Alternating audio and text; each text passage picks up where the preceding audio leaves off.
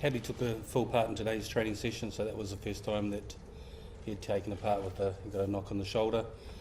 And Jonathan had trained 2 days ago, so he was fit. So as a squad, we're pretty healthy really. So it's still a couple of sore bodies from the 4 games, but in a pretty good state really.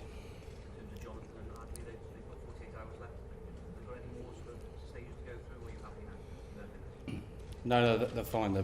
Jonathan took a full part in Wednesday's training session. He's fully trained today, and we kept Hadley ran on Wednesday, and we just took him out, kept him out of the rugby, and then he took a full part in today's training session. So they're fit. Both of them are fit. Obviously a little bit sore, but they'll be up and ready to go on Sunday.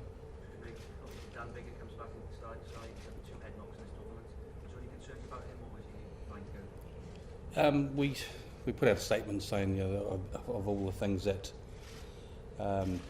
we'd gone through in the processes, he felt better after the game. It was clear, so we went through, made sure in terms of consulting the right people and making sure that they were aware of everything, getting them scanned, independent consultant, that was important. We feel that we've gone through that due diligence and making sure that we've covered all the bases in terms of Dan, and he's been, like I said, done all the protocols, been fit for 3 or 4 days, and so in terms of having passed those, we're obviously taking all the proper precautions from our point of view. He's desperate as a player to play, but there's always. And we've been conscious in the past, and George North, like in the past, it had a few knocks and other players, and we've just got to make sure that if it does happen, it gets a knock in the next few games, or the next couple of months, then obviously there'll be probably a different course of action. But he's very confident that he's 100%. On the back row, was that the area you can discussion about with Watson Reality as well? Sorry. The back row selection, was that happened as well? Now Watson Reality as well? No, not really. In terms of France, quarter final, it's come along now. What are you expecting from them? They've only played 3 games in this tournament. We expect them to go pretty much back to the team that played against Argentina. They've obviously got a couple of injury concerns with DuPont and on the wings as well, so it'll be interesting to see what their final selection is at 3 o'clock today. So they're a big team, a physical team. We've had a great record against them. I think we've won 7 of the last 8 games, and the one that we lost was the 100-minute game in Paris, where they've scored in the last minute. So, but even in saying that, they've always been close games, and but we're going in with a lot of belief, a lot of self-confidence. Really excited about the game. The support that we've had in Japan has been phenomenal. You go there and see the number of red jerseys and the number of Japanese people that have been supporting us. We kind of feel like we're playing at home a little bit, and obviously the roof's on Sunday, or the roof's it's a closed roof, so the weather conditions shouldn't deter from the rugby that's played. So, but we're feeling really positive about the way that we've prepared. We had a great training session this morning. There was a edge to this week. The players have been incredibly professional in the way that they've prepared. Staff have done extra work, and doing that we've sort of tried to nail off every situation, because we know it's knockout stages, and the message to the players, and we've been driving we've got 2 choices here. We're either on the plane on Monday going home, or we're here until the end of the tournament. Alan, what's special about the World Cup knockout stages and the month left on that, and how much does he prepare for these sort of occasions? Well, it's one chance, isn't it, to echo Gat's point there. It's one chance to stay, or you know where you're going. And with regards to Gats, I think it's funny. the planning for this has been probably in his head for the last 10 years rather than the last 4, the last 2, or the last 18 months. It's constantly building on what we've achieved or whatever we haven't achieved, if you like, whether it's strength in depth, training facilities, all that sort of stuff. It comes to this moment, and again echo that point that we've got a leader out there, otherwise we know where we're going. Clearly, can you use microphone? Well, clearly the pressure's on, obviously, on Sunday, do or die match. When you look at the team you selected, do you see a side that loves that pressure, loves the fact that it's... Yeah, I wouldn't be using do or die words. I think they're a bit sensitive at the moment, given the what's happened in the last few weeks. It's just another game of rugby, but we know how important it is, and we're very focused on wanting to go out there and stay in this tournament, and there's a lot of confidence in the squad, and we feel we give a good performance. We haven't given an 80-minute performance yet. We've been good in patches, both on attack and defence. But like I said, we've been building nicely this week. We've had 3 really good sessions. Captains run tomorrow, and we'll just see what happens. So we're, anything could happen in international rugby. If you're good enough, you win the games, and if the other team plays better than you on the day, you lose. So, but like I said, we're in a good place, and we're very positive about the way we've prepared, and we go into this game with a lot of confidence. Warren, 4 years ago you had a lot of injuries at this stage of the tournament. This time around you've got a fully fit squad and a good record against France. Are you confident you guys can handle the state of attack? Yeah, I think we've been doing that. Michael Cheika said we were favourites against Australia, and we handled that. So, it comes with the territory. It comes with the territory of building and being confident. And for us, you take out the World Cup warm-up games. We won 18 competitive games in a row. We're Grand Slam champions. We know as we go on in tournaments, we get stronger and more confident and cohesive as a unit.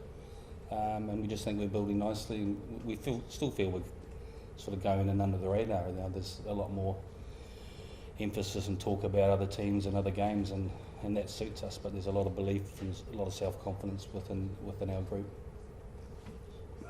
What have you learned from your previous experiences of knockout rugby in previous World Cups? I haven't learned anything really. I don't. You win them, you go on. You lose, you're out and going home. So it's you've got to come with a game plan that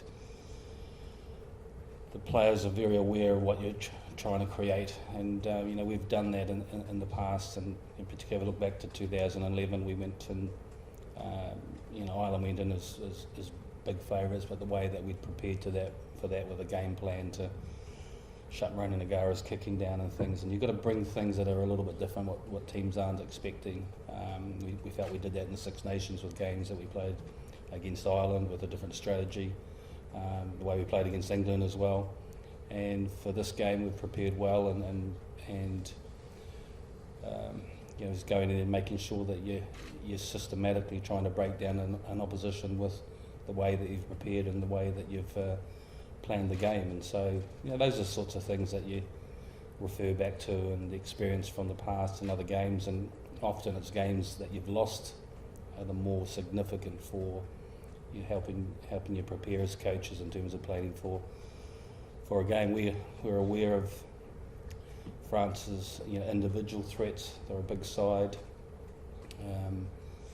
Their offloading game, but then they're a team that have had the most turnovers of any team in this competition, and they've played one game less. So there's potentially opportunities there from turnover situations and that. But they have some very key individuals. If he's fit, DuPont, he's probably one of the best nines in world rugby. Very, very strong, very influential for their team. They've got some pace out wide. And for us, playing against France is often about chasing lost causes, because you keep working hard, and probably 4 of our last 7 tries against France have been situations where we've kept working hard to chase, and one of their players has made an error, and we've capitalised on it. So those are the sorts of things that we've identified as a group, and defensively, Sean's been a little bit more on edge this week. I'm not sure why, but he's pretty pumped up from a defensive point of view, and we've been working hard defensively. He wasn't too happy with conceding a try against Uruguay, and let the players know pretty clearly in the change rooms afterwards. But we've I think, like I said, we've trained well. We think we've prepared extremely well, and we're going into this game with a lot of confidence. Warren, over your long career, you've had lots of massive test matches, whether it be finals or knockout games. What particularly about these weeks excites you, and can you enjoy them when you get to them? Yeah, this is not just as coaches and players. This is what you do all the training for. This is what all the hard work's done, and preparing is for big moments and trying to get to finals. And as a coaching group, we've had a lot of success in big matches when it's really mattered and it's really counted, whether that's been in Grand Slam games, winning tournaments, European finals or Premiership finals with Wasps, even on Lions tours as well. So I think we've got a pretty good formula as a group about getting things right, and it's not just about the physical preparation, it's about being mentally right, and that top 2 inches that everyone talks about, if you get that right in big games, that can often make a big difference. And I just keep saying, look, we're in a good place, we've prepared well this week. In the next 48 hours we'll start building nicely, but we can't play the game before we're ready, and that's important. And obviously the trip from here to the ground's about 40 minutes as well, so it's getting on the bus, it's having a team meeting for him, but not getting too worked up, staying relaxed, and then building during the warm-up before the game takes place, and then just slowly getting building up to that. It's all done from a coaching perspective now. It's really up to the players in the next 24, 48 hours to really take ownership and control, and they've been doing that brilliantly this week already. So I said, as a group we are very excited. Warren mentioned after the Uruguay match that he said the players are 240 minutes from glory. Do you sense a team that can do that, and what's been your message for them this week? Just that, but it's put into context as well. You've got to win those minutes, and that's the point. You split it up or divvy it up however you want as a player, but you win one, you go on to the next and the next. We've got 80 minutes to earn the next, and that's what we'll try and do. You can play the game by 2 halves or minute by minute, like I say. So we're pretty clear in that, but wanted to get the message across early, because these test weeks go very quickly, particularly with the game on occasion that we've got coming up. Any final questions before we wrap up? Richard? Please grab the microphone first, Rich.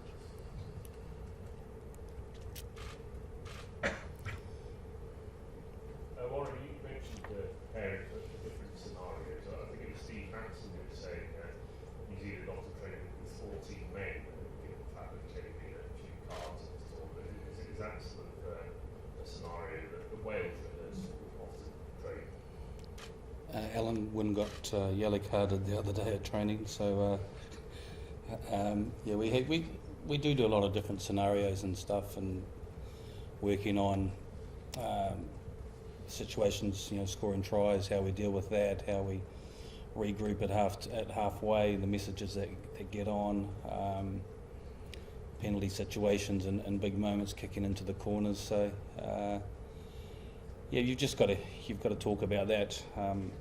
Obviously the scoreboard becomes important in knockout stages, and keeping that ticking over, and we thought we did that well against Australia with a couple of drop goals, so that may become an important factor as well. But yeah, definitely it's part of things that we look at training, and just sort of going through different scenarios, and often with yellow card situations is definitely one of them. How we convert pressure, turnovers. So what are the positions on turnovers and capitalising that, penalty advantages. So that's definitely a part of the planning and preparation, so that we have clarity about what we're trying to achieve. Final question, please.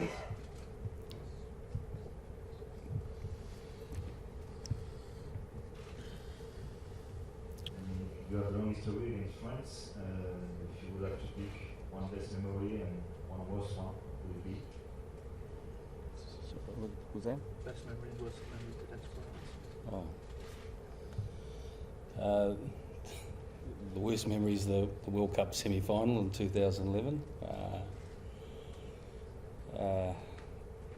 And the best memory.